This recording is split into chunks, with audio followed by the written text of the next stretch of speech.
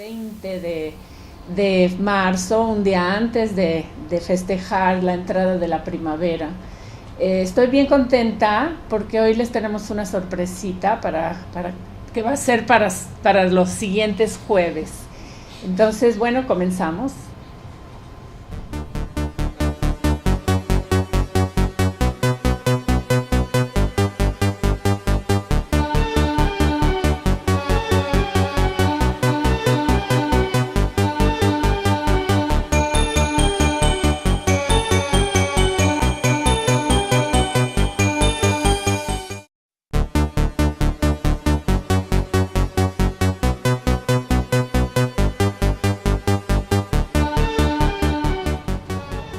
Aquí estamos, amigos, con la sorpresa que les tengo porque vamos a tener una conductora, como todos los días. Ya se está cambiando un poco el formato para la conducción y le doy la bienvenida a mi amiga Diana Lisette Blackkaller.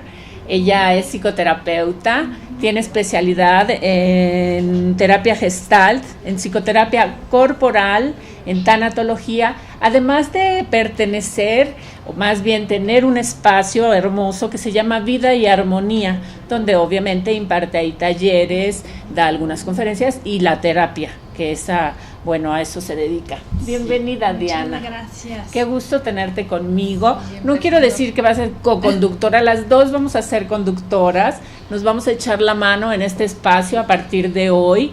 Y hoy quiero que la conozcan un poco más. Ella nos va a platicar de cómo empezó cómo le dieron ganas de empezar a tratar a la gente, de ayudarles. ¿Cómo empezaste, Diana? Bueno, yo empecé muy chiquita, a los 17 años. Y empecé porque yo tengo un hermano con problemas de adicciones. Entonces yo soy la más chica de mi casa y entonces habría que ayudar a mamá, ¿no? Claro, entonces, claro.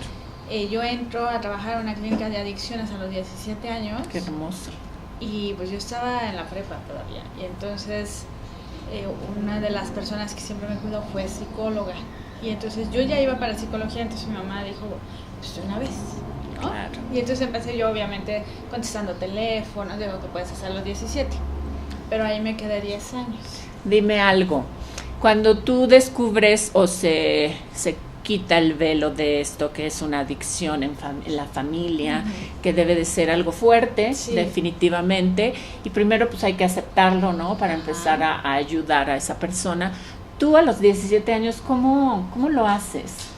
¿Cómo sabes o cómo empiezas a sentir esa necesidad de apoyar a tu hermano, ¿no? De seguir avanzando. Bueno, yo empecé así como lo hablas tú, desde la familia en Alatín.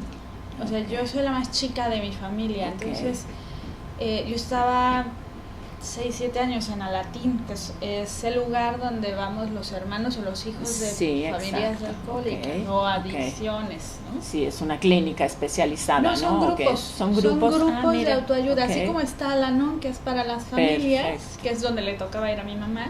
A los que somos menores de edad nos llevan a Alatín. Ah, mira, qué lindo. Y ahí empiezas a descubrir todo este mundo de ahí empecé a descubrir el mundo de las adicciones, porque yo tenía 6, 7 años, era una niña. Y entonces también oía que había personas que vivían como parecido a mí.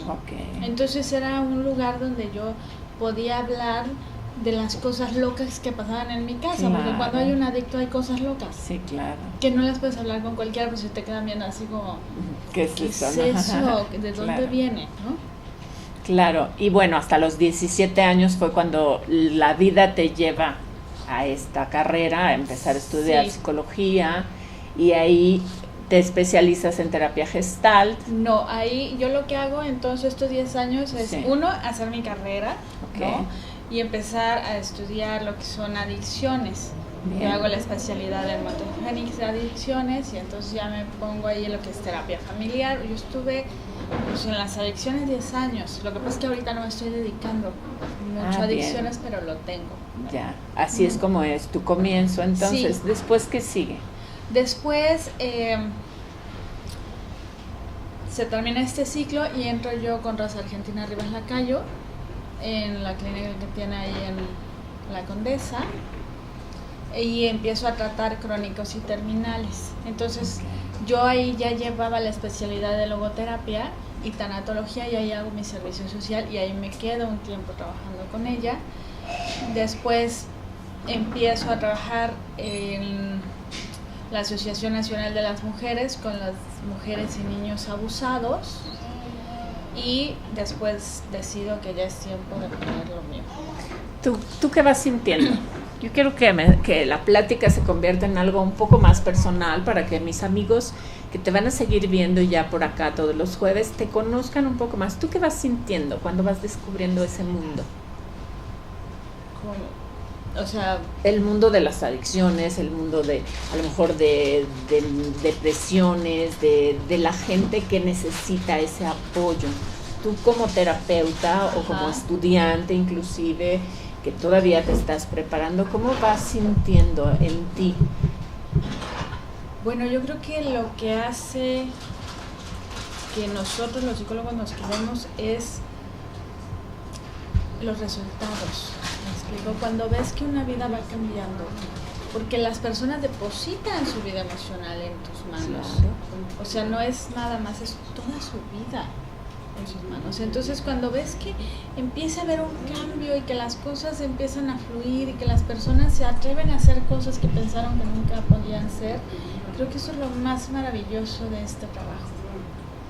¿Qué crees tú que sea importante cuando se trabaja en equipo?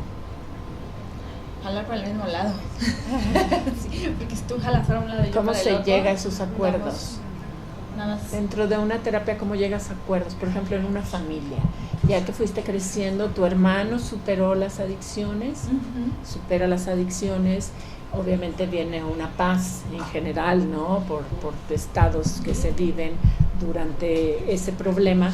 ¿Qué es lo que tú ves que sucede en la familia cuando todos están en conjunto apoyando a alguien?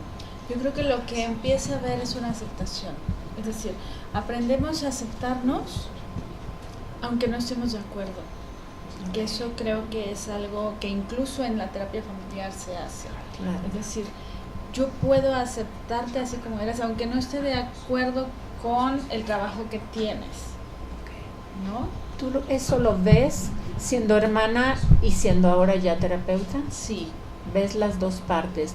¿Tú te encuentras con gente que va y tiene este problema? O sea, ¿le cuesta trabajo un poco adaptarse a ese cambio que se tiene que hacer para otra persona? Sí, acuérdate que la neurosis es el no fluir con la vida. Entonces nos neurotizamos porque yo quiero que sea como yo quiero. Sí. De acuerdo a mis conveniencias. Entonces, si así fuera, somos casi 7,000 millones de habitantes que queremos que el mundo gire a mi conveniencia. Claro. Y eso no pasa. No pasa, pero cuando tú... Pero sí podemos claro, fluir con la vida. Entonces, cuando yo acepto mi realidad, mi entorno, entonces las cosas fluyen. Claro. Y entonces digo, todo me está saliendo, claro, todo me está saliendo porque estoy fluyendo con la vida. No estoy navegando en contra de la vida, no estoy diciendo que esto no es mi vida y que yo quisiera la vida del de enfrente. Sí, definitivamente. Y pasa lo mismo, y yo creo que más marcado definitivamente, cuando es pues con más gente con la que tienes que llegar a acuerdos, ¿no? Sí, claro, pero el primer acuerdo es contigo.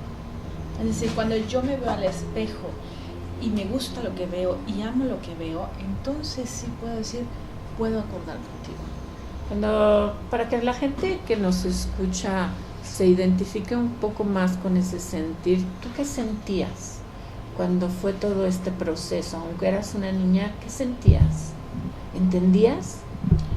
Yo creo que no entendemos todo cuando somos niños, pero sabemos que hay algo que no está fluyendo. Es decir, ver a mi mamá en este estado de angustia, ver a mi otro hermano que no jalaba, y es como, no sé qué está pasando. Claro. ¿No?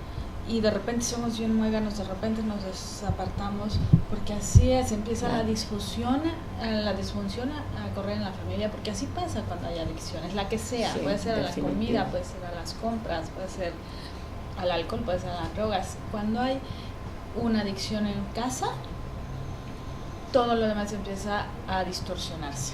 Yo te agradezco mucho que confíes esta parte y que puedas platicar de ello así abiertamente, porque me mueve, o sea, me mueve porque sé que hay mucho problema en algunas casas, ¿verdad? En diferentes familias.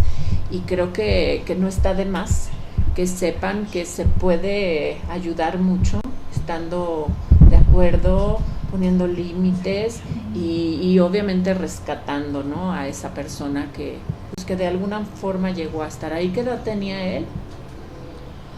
Yo tenía 7, él tenía 18. 18, mira, bastantes años se llevaban. Pero bueno, en el transcurso de todo esto, bueno, creo que se llegó a algo bueno, a final de cuentas. La familia debe de haberse unido muchísimo. Creo que es mucho lo que sucede, ¿no? Cuando hay este tipo de cosas, inclusive cuando sucede violencia intrafamiliar y demás, si hay alguien que dice hasta aquí, vamos a ver qué se puede solucionar y todos están de acuerdo en tomar una terapia y en continuar con una vida más digna, por decirlo de una manera más sana y sobre todo porque había niños, ¿no? En este caso, y bueno, en cualquier caso cuando hay pequeños, bueno, se trata de lograr lo mejor para ellos, ¿no? Lo más sano, exactamente es la palabra. Dime qué continúa. Cuando tú ya empiezas a dar tus terapias, veo que hasta das psicoterapia corporal, sí, que debe ser súper interesante. No sé si ya nos vamos a ir a corte o bueno, en un ratito. Sígueme platicando de esta primera parte de tu vida cuando descubres tu gusto por el ayudar, por la mente, por... Bueno, a mí me encanta y al principio, como te digo, fue muy difícil porque yo era, la única mujer cuando estaba yo trabajando en adicciones y era la única psicóloga, los demás eran adictos que ya estaban rehabilitados y que estaban trabajando allí, entonces había que trabajar con las mamás en la codependencia, entonces yo tenía 21 años, bien chiquita, y entonces me dijeron, tú tienes que trabajar con ellas y hablarles de codependencia, y entonces cuando yo llego y me paro enfrente era como hablarle a mi mamá, pero no es que era 25. Ajá, claro, y entonces, pequeña diferencia. Sí, claro, y muchas me decían, esta niña que me va a decir. Claro. ¿No? O sea, y fue muy, muy difícil, pero creo que también fue un gran reto, porque me hacían estudiar el triple para yo poder tener argumentos y decir realmente qué es la codependencia, cómo se hace, cómo es que se enganchan. Cómo te envuelves y no te das cuenta, y claro, ¿no? Y entonces termina siendo la droga favorita del niño, pero la droga favorita de la mamá es el hijo. Y entonces decir esto no es fácil. No, y decírselo claro a señoras, cuando esta chica, es más difícil. Claro. ¿No? Entonces era como ¿de qué me hablas, niñita? Y entonces llegar con mis libros, ponerlas a leer y entonces así empiezo yo a trabajar en grupos. Increíble, increíble. Vamos a continuar después de un corte con tu vida, con la vida de nuestra nueva conductora, Diana Lisset. Regresamos.